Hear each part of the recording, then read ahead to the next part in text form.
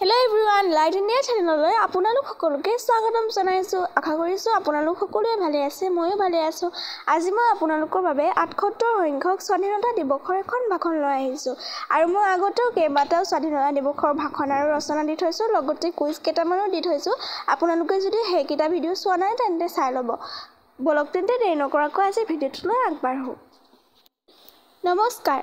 সন্মানীয় আজিৰ সভাৰ সভাপতি মহোদয়, আমাৰ এইখন বিদ্যালয়ৰ অধ্যক্ষ মহোদয়, শিক্ষক শিক্ষয়িত্ৰীসকল, আজিৰ সভাত উপস্থিত অভিভাৱকসকল, লগতে সন্মুখত বহি থকা বন্ধু বান্ধৱী তথা ভাইটি ভণ্টিসকল। পোনপ্ৰথমে মই সকলোকে স্বাধীনতা দিৱসৰ বহুত শুভেচ্ছা জ্ঞাপন কৰিছোঁ। আমি সকলোৱে জানো যে আজি 15 আগষ্ট আৰু আজিৰ দিনটোতে আমাৰ দেশ ভাৰতবৰ্ষই স্বাধীনতা লাভ কৰিছিল।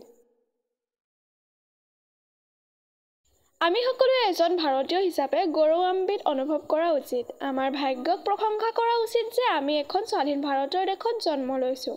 আমাৰ দেশৰ স্বাধীনতা সংগ্ৰামীসকলে ভাৰতত ব্ৰিটিছ শাসনৰ সমাপ্তিৰ বাবে নিজৰ জীৱন ত্যাগ কৰি আমাক স্বাধীনতা দিছিল। ভাৰতবৰ্ষই স্বাধীনতা লাভ কৰা মাত্ৰ ৩টা বছৰৰ পাছতে অৰ্থাৎ ১৯৫০ চনত ভাৰতৰ সংবিধান প্ৰস্তাৱিত কৰা হয়। 15 আগষ্ট দিনটো স্বাধীনতা দিৱস হিচাপে পালন কৰা হয়। স্বাধীনতা দিৱস ভাৰতবৰ্ষৰ এক ৰাষ্ট্ৰীয় উৎসৱ। ভাৰতবৰ্ষই ১৯৪৭ চনৰ 15 আগষ্ট দিনটোত ব্ৰিটিছৰ শাসনৰ পৰা স্বাধীনতা লাভ কৰাৰ ঐতিহাসিক দিনটোক সুঁৱৰি প্ৰতি বছৰে 15 আগষ্ট দিনটোক স্বাধীনতা দিৱস হিচাপে উদযাপন কৰা হয়।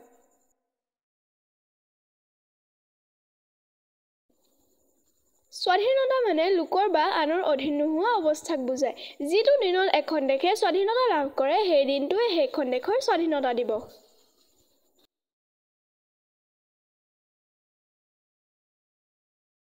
পোন্ধৰ আগষ্ট দিনটো আমাৰ দেশৰ বাবে এটা গুৰুত্বপূৰ্ণ দিন। 15 আগষ্ট বা স্বাধীনতা দিৱসৰ দিনটো ভাৰতৰ এটা ৰাষ্ট্ৰীয় বন্ধৰ দিন।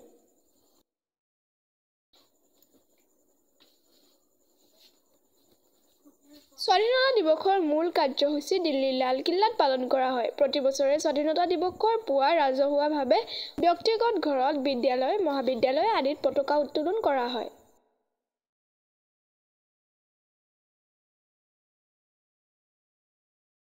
লালকিল্লাত পালন কৰা এই অনুষ্ঠানত ভাৰতৰ প্ৰধানমন্ত্ৰীয়ে ৰাষ্ট্ৰ পতাকা উত্তোলন কৰে আৰু দেশৰ জনসাধাৰণক উদ্দেশ্যি বক্তৃতা দিয়ে। স্বাধীনতা দিৱসত দেশৰ সকলো অংশতে পতাকা উত্তোলন, পেৰেড তথা বিভিন্ন সাংস্কৃতিক অনুষ্ঠানেৰে পালন কৰা হয়। 15 আগষ্ট দিনটোত শিশুসকলৰ মাজত খেল-ধেমালি, ৰচনা, কবিতা আবৃত্তি, চিত্ৰ অংকন আদি বিভিন্ন ধৰণৰ প্ৰতিযোগিতা পতা হয়।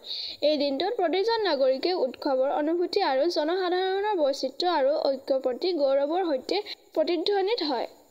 এইটো কেৱল স্বাধীনতাৰ উৎসৱ নহয়, দেশৰ বৈচিত্ৰ্যৰ মাজত একতাৰ উৎসৱ।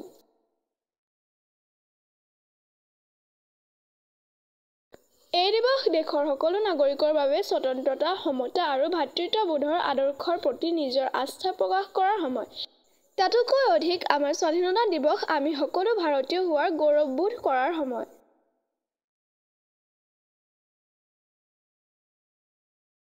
সদৌ শেষত সকলোকে পুনৰবাৰ ৭৮তম স্বাধীনতা দিৱসৰ শুভেচ্ছা জনাই মই মোৰ চমু বক্তব্য সামৰণি মাৰিলোঁ। ধন্যবাদ। আজি এই ভিডিঅ'টোত ইমানে। আজি এই ভিডিঅ'টো চাই কেনে পালে কমেণ্টত জনাব আৰু যদি ভাল পালে তেন্তে প্লিজ লাইক, শ্বেয়াৰ আৰু ছাবস্ক্ৰাইব কৰি দিব। আজিৰ কাৰণে ইমানে। আকৌ নেক্সট ভিডিঅ'ত লগ পাম। বাই।